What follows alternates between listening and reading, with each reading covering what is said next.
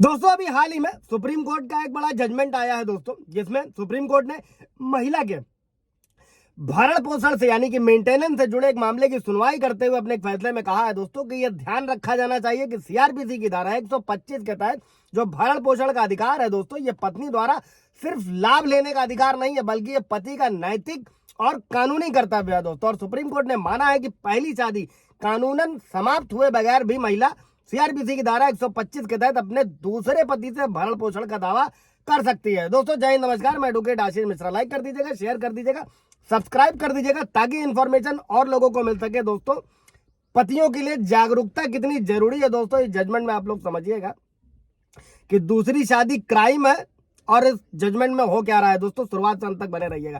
दोस्तों महिला की जो शादी थी वो 1999 में हुई, 2005 में दोनों अलग हो गए दोस्तों, और दोनों के बीच शादी तोड़ने और अलग अलग रहने के तहत एक समझौता भी हो गया दोस्तों। इसके बाद महिला ने नवंबर 2005 को पड़ोसी से दूसरी शादी कर ली दोस्तों, और इस शादी को कोर्ट से जो पिछली शादी थी शून्य घोषित करा लिया। और इसके बाद में दूसरे पति और महिला ने फरवरी 2006 को दोबारा शादी कर ली दोस्तों, और इस शादी का रजिस्ट्रेशन भी कराया।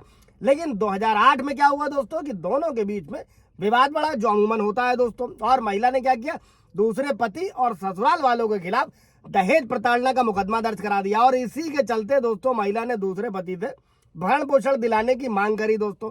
फैमिली कोर्ट ने क्या किया, फैमिली कोर्ट ने 3500 रुपए पत्नी और 5000 रुपए बेटी को भरण पोषण देने का आदेश जो है दूसरे पति को जारी कर दिया दोस्तों। और जिसके खिलाफ पति ने क्या किया, हाई कोर्ट में अपील करी दोस्तों, और हाई कोर्ट ने पत्नी को भरण पोषण जो बांधा गया था फैमिली कोर्ट द्वारा उसको रद्द कर दिया दोस्तों, जिसके खिलाफ महिला सुप्रीम कोर्ट आई थी।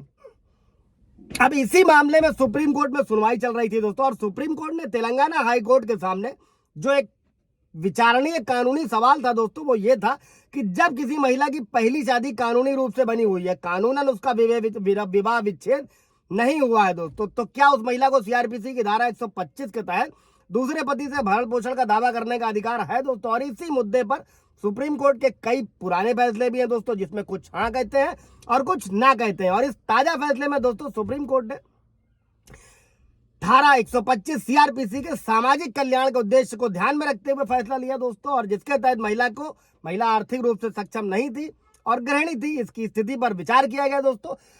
और सुप्रीम कोर्ट ने दोस्तों दूसरे पति के भरण पोषण के विरोध की जो दलीलें थी उनको खारिज कर दिया, और मौजूदा मामला लिव इन रिलेशनशिप का नहीं है, ऐसा सुप्रीम कोर्ट ने कहा दोस्तों। और महिला की इससे शादी हुई है और इसमें कोई विवाद भी नहीं है दोस्तों। और प्रतिवादी यानी कि जो दूसरा पति था वो भरण पोषण के अधिकार को न देने के लिए जो है ये सारी दलीलें दे रहा है, और उसकी शादी शुरुआत से ही शून्य है दोस्तों, क्योंकि पहली शादी अभी भी बनी हुई है दोस्तों।